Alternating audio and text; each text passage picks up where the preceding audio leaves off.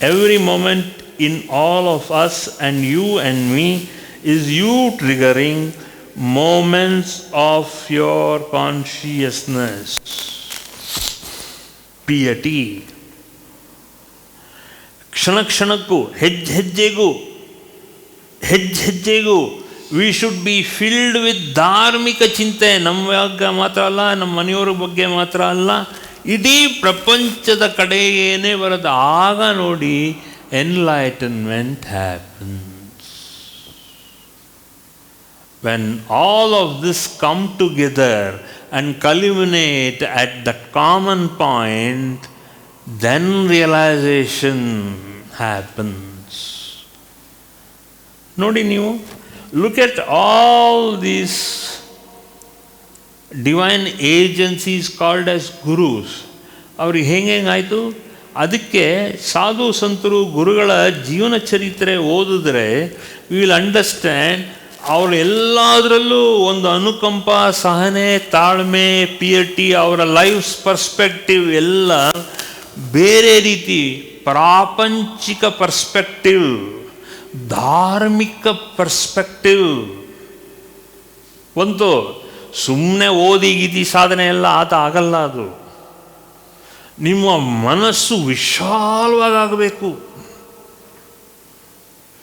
Then you will get enlightenment. ಅದಕ್ಕೆ ಗುರು ಸೇವೆ ಮಾಡಬೇಕು. ಗುರುವಿಂದ ಈ ಜ್ಞಾನ, ವಿದ್ಯಾ, ಬುದ್ಧಿನ ಹೇಳಿಕೊಂಡು, ಯಾಕಂದರೆ ನಮ್ಮ ಈಗೋ ಯಾವ ಮಟ್ಟದಲ್ಲಿದೆ ಅಂತ ನಾವು ಹೇಳೋಕ್ಕಾಗಲ್ಲ. ವಿವೇಕಾನಂದ ನೋಡಿ, ರಾಮಕೃಷ್ಣರು ನೋಡಿ, ಏನು ಮಾಡಿದ್ರು, they always use to tell and ಇದು ರಮಣ ಮಹರ್ಷಿಗಳನ್ನ ನೋಡಿ ಏನು ಹೇಳ್ತಾಯಿದ್ರು, ಇವರೆಲ್ಲರೂ ಪ್ಲೀಸ್ ಲೆಸನ್, ಕಮ್ಮಿ ಮಾಡ್ಕೊಳ್ಳಿ ನಿಮ್ಮ ಈಗೋ, ಯಾವ ಮಟ್ಟದಲ್ಲಿದೆ ನಿಮ್ಮ ಈಗೋ ಅಂತ you cannot understand.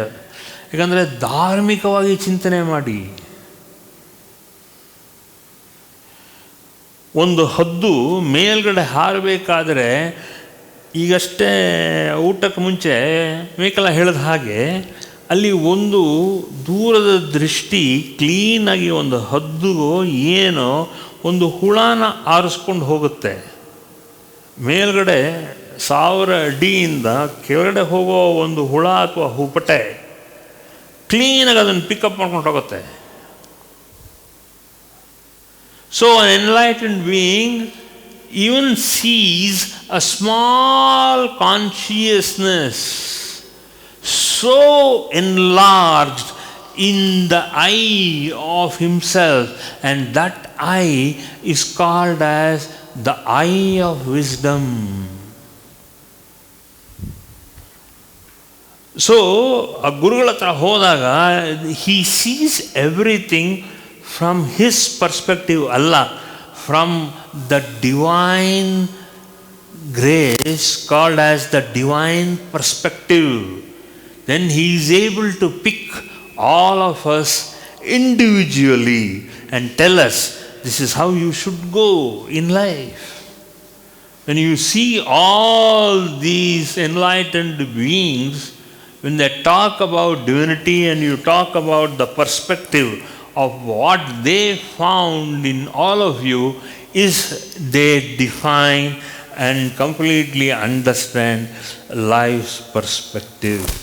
You are going to that region where you will understand everybody's life's perspective. ದೃಷ್ಟಿನ ನೋಡು, ಧಾರ್ಮಿಕ ದೃಷ್ಟಿನ ನೋಡಬೇಕು. ಸುಮ್ಮನೆ ಇವನು ಮಾಡಿದಾನೆ, ನಾನು ಮಾಡಿದ್ದೀನಿ ಅಂತಲ್ಲ. ನಾವು ಅವನ ಥರ ಆಗಬೇಕು, ಅವ್ರ ಥರ ಆಗಬೇಕು ಅನ್ನೋ ದೃಷ್ಟಿಕೋನ ಮೊದಲಿಂದನೂ ಡೆವಲಪ್ ಮಾಡಬೇಕು. ಓನ್ಲಿ ಸೆನ್ಸಸ್ನಲ್ಲಿ ಮಾಡ್ತೀರಾ ಅಲ್ಲ ಅದು.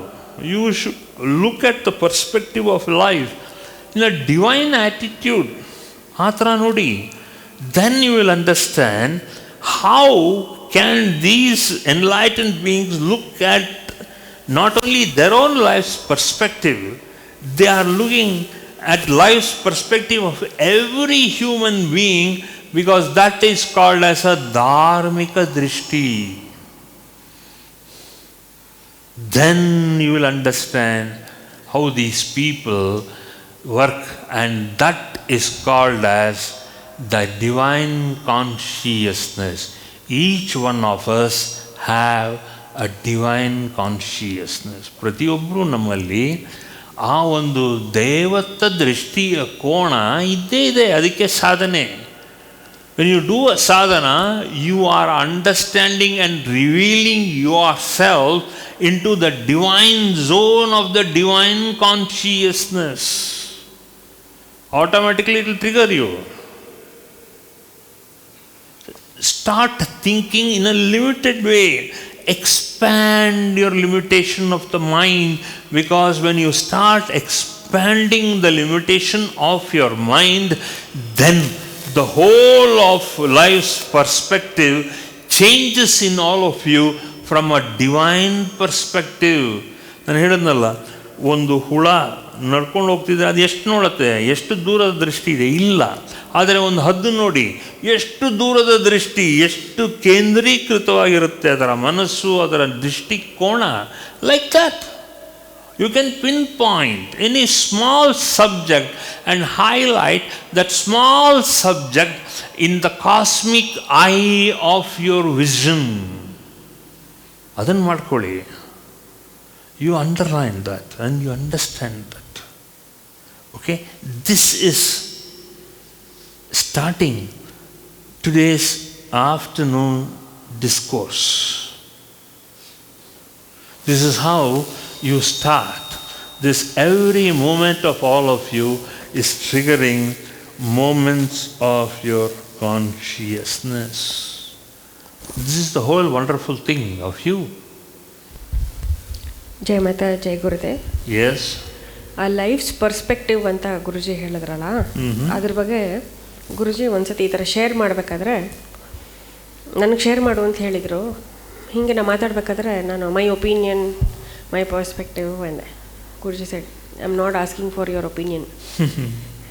I want you to understand what is ಇದು ಮದರ್ಸ್ ಪರ್ಸ್ಪೆಕ್ಟಿವ್. ವೇದ ಅಂತ ಏನು ಹೇಳ್ತಾ ಇದೆ, ಶಾಸ್ತ್ರಗಳು ಏನು ಹೇಳುತ್ತೆ, ವೇದ ಏನು ಹೇಳುತ್ತೆ, ಎನ್ಲೈಟೆಂಡ್ ಬೀಯಿಂಗ್ಸ್ ಏನು ಹೇಳ್ತಾರೆ, ಅವ್ರ ಪರ್ಸ್ಪೆಕ್ಟಿವ್ ತಿಳ್ಕೊ. When you become enlightened, somebody will understand your perspective. Right now, your perspective is not an enlightened perspective. So don't try to share your perspective. Tell me how much you have understood the Guru's perspective ಅಂತ ಹೇಳಿದ್ರು. So ನಂಗೆ ಅವಾಗ ಅರ್ಥ ಆಯಿತು, that is the altitude. ನಾವು ನಮ್ಮ ಆಲ್ಟಿಟ್ಯೂಡಲ್ಲಿ ನೋಡ್ತಾ ಇದ್ರೆ ನಮಗೆ ಕನ್ವಿನ್ಸ್ ಆಗುತ್ತೆ ಕೆಲವು ಪಾಯಿಂಟ್ಸ್ ಗುರುಗಳು ಹೇಳೋದು. ಕೆಲವು ಪಾಯಿಂಟ್ಸಲ್ಲಿ ನಮಗೆ ಏನೋ ನಂಗೆ ಅಷ್ಟು ಸರಿಯಾಗಿ ಗೊತ್ತಾಗಲಿಲ್ಲ, ನನ್ನ ಒಪಿನಿಯನಲ್ಲಿ ಹಿಂಗೆ ಅಂತ ಅನ್ಸುತ್ತೆ. ದಟ್ ನನ್ನ ಒಪಿನಿಯನಲ್ಲಿ ಹಿಂಗೆ ಇಸ್ ದಿ ಈಗೋ ಫ್ಯಾಕ್ಟರ್.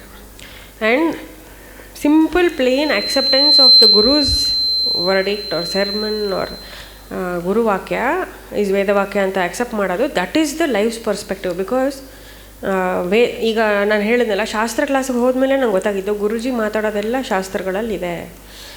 ವೇದಾಂತ ಬಗ್ಗೆ ತಿಳ್ಕೊಂಡಾಗಲೇ, ಬುಕ್ಸ್ ಓದಿದಾಗಲೇ ಗೊತ್ತಾಗೋದು ಗುರುಜಿ ಹೇಳ್ತಾರೋದೆಲ್ಲ ಅದು ಅಂತ. ಏನಂದರೆ Guruji will not quote shlokas like scholars, so we will not know. But Anantaram uncle's brother has always been able to map what Guruji is telling to one particular Vedanta, Yavatara Upanishadu. Even Shalini aunty, I'm sure, will be able to do that. So that mapping, reverse mapping is for our mental consolation. Oh, Guruji ಹೇಳಿದ Vedanta. But actually ಗುರುವಾಕ್ಯ ವೇದವಾಕ್ಯ ಅಂತ ಎಲ್ಲ ಋಷಿ ಮುನಿಗಳು ಹೇಳ್ಬಿಟ್ಟಿದ್ದಾರೆ. ಅವ್ರು ಏನು ಹೇಳಿದ್ರು ಅದನ್ನು follow ಮಾಡಿ ಅಂತ. ಈಗ ಮಂಕುತಿಮ್ಮನ ಕಗ್ಗಾಲಿ ಅವ್ರು ಹೇಳಿದ್ರಲ್ಲ ಎಷ್ಟು ಕಾಮನ್ ಸೆನ್ಸ್ ಇರುತ್ತೆ ಅಂದರೆ, ನಾವು ವಿಲ್ ನಾಟ್ ಸಿ ಯಾವ ವೇದದಲ್ಲಿದೆ ಯಾವ ಶಾಸ್ತ್ರದಲ್ಲಿದೆ ಅಂತ, will just accept it. So ಆ ಥರ ಲೈಫ್ಸ್ ಪರ್ಸ್ಪೆಕ್ಟಿವ್ ಏನು ಅಂತ ತಿಳ್ಕೊಬೇಕು. ನಮ್ಮ ಪರ್ಸ್ಪೆಕ್ಟಿವ್ ನಮಗೆ ಪ್ರಯೋಜನಕ್ಕೆ ಬರದೇ ಇರ್ಬೋದು, ಬೇರೆಯವರಿಂದ ನಮ್ಮದು ಪರ್ಸ್ಪೆಕ್ಟಿವ್ ಸ್ವಲ್ಪ ಹೈಯರ್ ಆಲ್ಟಿಟ್ಯೂಡಲ್ಲಿದ್ದರೆ ಅವ್ರಿಗೆ ನಮ್ಮ ಅಡ್ವೈಸ್ ಕೇಳಕ್ಕೆ ಬರ್ತಾರೆ.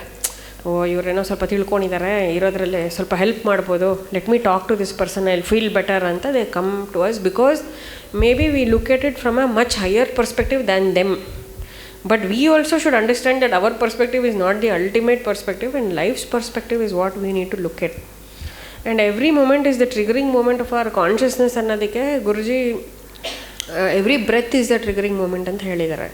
ಆ್ಯಂಡ್ ಅದನ್ನೇ ಗುರುಜಿ ಇವತ್ತು ಫಸ್ಟ್ ಹಾಫಲ್ಲಿ ಹೇಳಿದರು, ಪ್ರಾಣ ಪ್ರತಿಷ್ಠಾಪನೆ ಅಂತ. ಪ್ರಾಣ ಪ್ರತಿಷ್ಠಾಪನೆ ಅಂದರೆ ಏನು? ಪ್ರಾಣ ಶಕ್ತಿಯಿಂದ ಮಾಡೋವಂಥ ಪ್ರತಿಷ್ಠಾಪನೆ. ಅನ್ಫಾರ್ಚುನೇಟ್ಲಿ ಮೋಸ್ಟ್ ಆಗಮಿಕರು, ಪುರೋಹಿತರು ಏನು ಮಾಡ್ತಾರೆ, ಅವ್ರ ಪ್ರಾಣಶಕ್ತಿಯಿಂದ ಮಾಡ್ತಾರದನ್ನೋ ಅರಿವೇ ಇರಲ್ಲ. ಬರೀ ಮಂತ್ರ, ಯಂತ್ರ, ತಂತ್ರ ರಿಚುವಲ್ಸಲ್ಲಿ they get stuck, they totally forget pranayama ವಿನಿಯೋಗ ಅಂದ್ರೂ ಅದು ಏನು ಪ್ರಾಣಾಯಾಮನೂ ಮಾಡಲ್ಲ ಅವ್ರು. ಸುಮ್ಮನೆ ಹಿಂಗೆ ಅಂದ್ಬಿಟ್ಟು ಫಾಸ್ಟಾಗಿ ಹೋಗ್ತಾರೆ. ಸೊ ಪ್ರಾಣಶಕ್ತಿಗೆ ಬೆಲೆನೇ ಇಲ್ಲ, ನಾವು ಕೊಡ್ತಾ ಇಲ್ಲ ಅನ್ನೋದು ನನಗೆ ಆ ಒಂದು ಪಾಯಿಂಟಲ್ಲಿ ಅರ್ಥ ಆಯಿತು. ಮತ್ತು ಸತ್ಸಂಗ್ ಅಂದರೆ ಫಸ್ಟ್ ಪಾರ್ಟ್ ಸತ್ಸಂಗಲ್ಲಿ ಗುರುಜಿ ಪ್ರದಕ್ಷಿಣೆ ಬಗ್ಗೆ ಹೇಳಿದಾಗ್ಲೂ ನನಗೆ ಇನ್ನೊಂದು ಗುರುಜಿದ ಹಳೆ ಸತ್ಸಂಗ ನೆನಪಾಯಿತು. Where Guruji said pradakshina process is to make us understand our egoistic self understand. Because Guruji ಹೇಳ್ದಂಗೆ ಹೊಗಳಿರ್ತಾರೆ, ಮಾಡಿರ್ತಾರೆ, ಏನೋ ಮಾಡಿರ್ತಾರೆ, ದಟ್ ಅವ್ರು ಬೈದಿರ್ತಾರೆ for example. So our mind will only be revolving around those things. So my life will revolve around my family, my career, the people around me, ಬರೀ ಇಷ್ಟೇ ಆಗೋಗುತ್ತೆ. ಬಟ್ ಪ್ರದಕ್ಷಿಣೆ ಮಾಡೋದು ಯಾಕೆ ಅಂದರೆ to remind ourselves that our life does not revolve around those people, it revolves around the divine energy and god, and that is what it should revolve around ಅಂತ ಹೇಳಬೇಕು ಅಂತ. ಸೊ ಅದಕ್ಕೆ ಒಂದೊಂದು ಪ್ರದಕ್ಷಿಣೆ ಮಾಡಿದಾಗ್ಲೂ ಗುರುಜಿ ಯಾವಾಗಲೂ ಹೇಳ್ತಾ ಇದ್ರು, ನನಗೆ ದೇವಿ ಬೇಕೋ ದೇವಿಗೆ ನಾನು ಬೇಕೋ ಅಂತ ನಾನೇ ಕೇಳ್ಕೊತೀನಿ. ಇಷ್ಟೆಲ್ಲ ಅನುಭವ ಆದಮೇಲೂ ನಾನು ಕೇಳ್ಕೊತೀನಿ, ನೀವುಗಳೆಲ್ಲ ಬಚ್ಚ ಆದ್ರೂ ನೀವು ಎಷ್ಟು ಈಗೋ ತೋರಿಸ್ತೀರಾ ಅಂತ ಹೇಳೋರು ಯಾವಾಗಲೂ. So that is one more thing, that who needs whom ಅನ್ನೋದನ್ನು ನಾವು ಪ್ರದಕ್ಷಿಣೆ ಮಾಡ್ಬೇಕಾದ್ರೆ it's a time to become more grounded, basically to tell ourselves that ಏನೋ ಆಗು ಹೋಗುಗಳಾಗಿದೆ, ಹೊಗಳಿದ್ದಾರೆ, ತೆಗಳಿದ್ದಾರೆ, ಸಮವಾಗಿರೋರು ಸಮವಾಗಿದ್ದಾರೆ, but it doesn't matter for my life's perspective to go to a higher altitude, for me to evolve further. It is very important that I revolve around, while I understand that my life revolves around you. That is when the evolution happens ಅನ್ನೋದನ್ನು ಅರ್ಥ ಮಾಡ್ಕೋಬೇಕು ಅನ್ನೋದನ್ನು ಅರ್ಥ ಆಯ್ತು ಇವತ್ತು. ಮತ್ತು ಈ ಪ್ರಾಣಶಕ್ತಿ ತನ್ನಂಬಿಕೆ ವಿಚಾರ ಬಂದಾಗ ಗುರುಜಿ ಹೇಳಿದ್ರು, ನಾವು ಆ ಥರ ಪ್ರದಕ್ಷಿಣೆ ಮಾಡಿದಾಗ ನಮಗೆ ದೇವತಾ ಶಕ್ತಿಗಳು, ಋಷಿ ಮುನಿಗಳು, they will rub shoulders with us ಅಂತ. But because we operate in the lower mind, lower frequency, we'll always think some preta ಬಂದು ನಮ್ಮ ಹತ್ರ ಅಂಟ್ಕೊಂಡಿದೆ. I have seen people, I'm not saying ನಾವು ಡಿಸೈಪಲ್ಸ್ ಅಂತ ಹೇಳ್ತಲ್ಲ, but I am seeing people who are so plagued. ಹೇಳ್ತಾರೆ ನನಗೇನೋ ಕಪ್ಪು ಛಾಯೆ ಬಂದಂಗೆ ಆಯಿತು, ಫರ್ಗೆಟ್ ಅಬೌಟ್ ಅದರ್ಸ್. ನಂದೇ ಹೇಳ್ತೀನಿ, ಒಂಚೂರು ಹಿಂಗೆ ಹೂವೆಲ್ಲ ಇರುತ್ತೆ, ಪ್ರಸಾದ ಆಗ್ತಾ ಇರುತ್ತೆ, ಪಕ್ಕದಲ್ಲಿ ಏನೋ ಹಿಂಗೆ ಮೂಮೆಂಟ್ ಆದರೆ ನಾನು ಹಲ್ಲಿ ಇನ್ಕೋತೀನಿ. I will not think it is the mother's energy trying to catch my attention. First thing ನಂಗೆ ತಲೆಗೆ ಬರೋದೆ, ನಮ್ಮ ಮನೇಲಿ ಹಲ್ಲಿನೇ ಇರಲಿಲ್ವಲ್ಲ, ಹಲ್ಲಿ ಅಲ್ಲಿಂದ ಬಂತು first thing. I am telling you. So that means I am still harbouring in that fear, dislike towards ಹಲ್ಲಿ.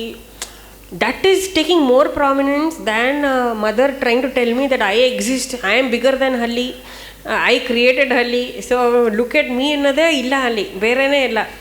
So ನಾನು ಏನು ಹೇಳೋಕ್ಕೆ ಇಷ್ಟಪಡ್ತೀನಿ ಅಂದರೆ, ಇದೆಲ್ಲ ನಾವು ನಮ್ಮದೇ ಇಂಟ್ರೋಸ್ಪೆಕ್ಷನ್. ಗುರುಜಿ ಮಾತಾಡ್ತಾ ಇದ್ದಾಗ ನನಗೆ ಕೆಲವು ಇದು ಗೊತ್ತಾಗತ್ತೆ ಎಷ್ಟು ಶಾರ್ಟ್ ಕಮಿಂಗು ಅಂತ. ಈಗ ನಾನೊಂದು ಡ್ರಾ ನೀನು ತೆಗೆದು ಕ್ಲೀನ್ ಮಾಡೋದನ್ನು ಎಷ್ಟು ಸಲ ಹೇಳಿದ್ಯಾ, ಡ್ರಾ ಕ್ಲೀನ್ ಮಾಡಲ್ಲ, ಅಲ್ಲಿ ಹಲ್ಲಿ ಗಿಲಿ ಇರುತ್ತೆ. ಗುರುಜಿ ಹೇಳಿದಾಗ ನಾನು ಅಲ್ಲಿ ಎಲ್ಲ ಚೈತನ್ಯ ಐಟಮ್ಸ್ ಇಟ್ಟಿರ್ತಾರೆ, but I refuse to touch. ದೇವ್ರ ಫೋಟೋ ತೆಗಿ ಅಂದರೆ ನಾನು ಮುಟ್ಟಲ್ಲ, ನಾನು ಬೇರೆಯವ್ರ ಕೈಲಿ ಮಾಡಿಸಿ ಅಂತ ಹೇಳ್ತೀನಿ. Radha has to come and clean if she is free, because ಅದ್ರ ಹಿಂದೆ ಎಷ್ಟೋ ದೊಡ್ಡ ಹಳ್ಳಿ ಎಲ್ಲ ಇರುತ್ತೆ ಅಂತ ಭಯ.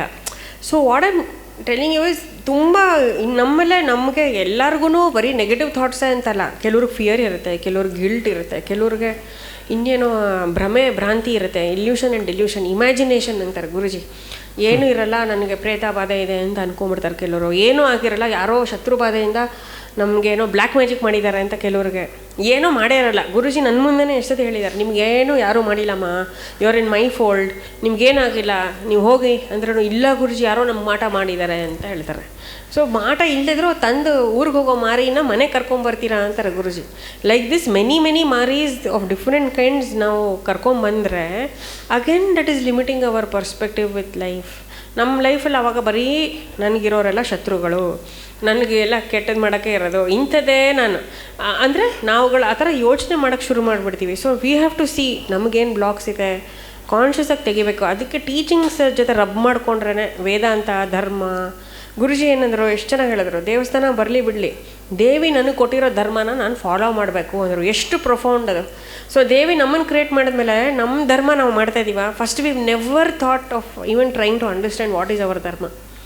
For more satsangs from Sri Sri Nimishananda Guruji, subscribe to this channel. Click the bell button below to get notifications. Like and share the video and spread the divine message.